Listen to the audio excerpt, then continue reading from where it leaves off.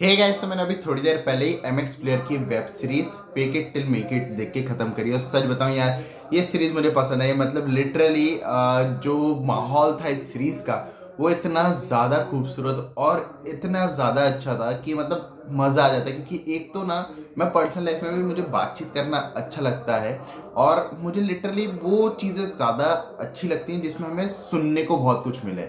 और इस सीरीज में वही होता है। मतलब आपको जो फील कर रहा होता है वो कैरेक्टर, वो सिर्फ हमें विजुअली नहीं दिखाया जाता है, वो कम्युनिकेट करके बताया जाता है, जो कि काफी ज्यादा अच्छी बात है। बात करूँ कहानी की, तो कहानी काफी सिंपल सी, एक लड़का है और एक लड़की है जो एक एक्सीडेंटली एक दूसरे से मिलते हैं। फिर किस तरह से इन दोनों को प्यार होता है, किस तरह की केमिस्ट्री ये दोनों एक दूसरे के साथ शेयर करते हैं, और क्या कुछ ये अपने करियर में कर रहे होते हैं।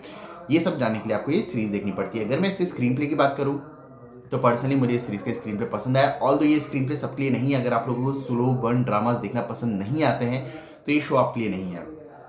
स्लो बर्न यानी आपको लिटरली आपको सुनना पड़ता है, आपको देखना पड़ता है। आप ऐसा नहीं हो सकता कि आप बस चलते जा रहे हो और आप समझ लोगे इस सीरीज को। नहीं, आपको इस सीरीज को देखना पड़ेगा, तभी आपको ये सीरीज समझ में आएगी। आपको इस सीरीज के डायलॉग सुनने पड़ेंगे, तभी समझ आएगा कि कैरेक्टर्स क्या फील कर रहे हैं। जो कि अच्छी बात है, लेकिन ये सबके लिए नहीं है। क्योंकि जिस तरह से सीरीज स्टार्ट होती है, अपनी पूरी सिचुएशन की स्टैब्लिश करते हुए कैरेक्टर साथ इंट्रोड्यूस कराया जाता है, बताया जाता है कैरेक्टर्स किस तरह के किस सिचुएशन में क्या कुछ कर रहे हैं। वो सारी चीजें अच्छी, हमारे स्टार्टिंग से सीरीज में कनेक्शन बन जाता है और हम जानना चाहते हैं कि अब आगे क्या होने वाला है और कैसे होने वाला है। फिर जिस तरह से सीरीज आगे बढ़ती है, अपनी पूरी सिचुएशन को एक्सप्लोर करती है, वो सारी चीजें देखने में भी मजा आता है। क्योंकि इन सारी चीजों को इतनी ज्यादा अच्छे से लिखा और डेवलप किया गया था कि हम पूरे टाइम सीरीज में इन्वेस्टेड रहते हैं, बोर कहीं भी नहीं होते हैं, जो कि अच्छी बात है।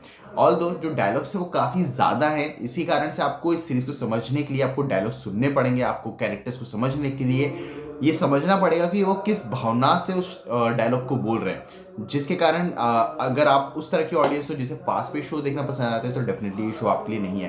कैरेक्टर डेवलपमेंट, कैरेक्टर्स के डायनामिक्स काफी अच्छे हैं। सभी कैरेक्टर्स को काफी ज्यादा अच्छे से लिखा और डेवलप किया गया है। स्पेशली जो सपोर्टिंग कास्ट है, उनको जिस तरह से लिखा गया वो मुझे काफी पसंद आया। क्योंकि वो एक स्टोरी लेकर आते हैं पूरे मेन थीम में, जो कि काफी ज्यादा अच्छी बात है। जो कैरेक्टर्स के पीछे डायनामिक्स थे वो भी मुझे पसंद आए हैं। ट्विस्ट एंड टर्न्स के नाम पर भी अपने हमें कुछ देखने को मिलता है, लेकिन वो सारी चीजें ऐसी नहीं है जो आप रिलेट नहीं कर पाओगे।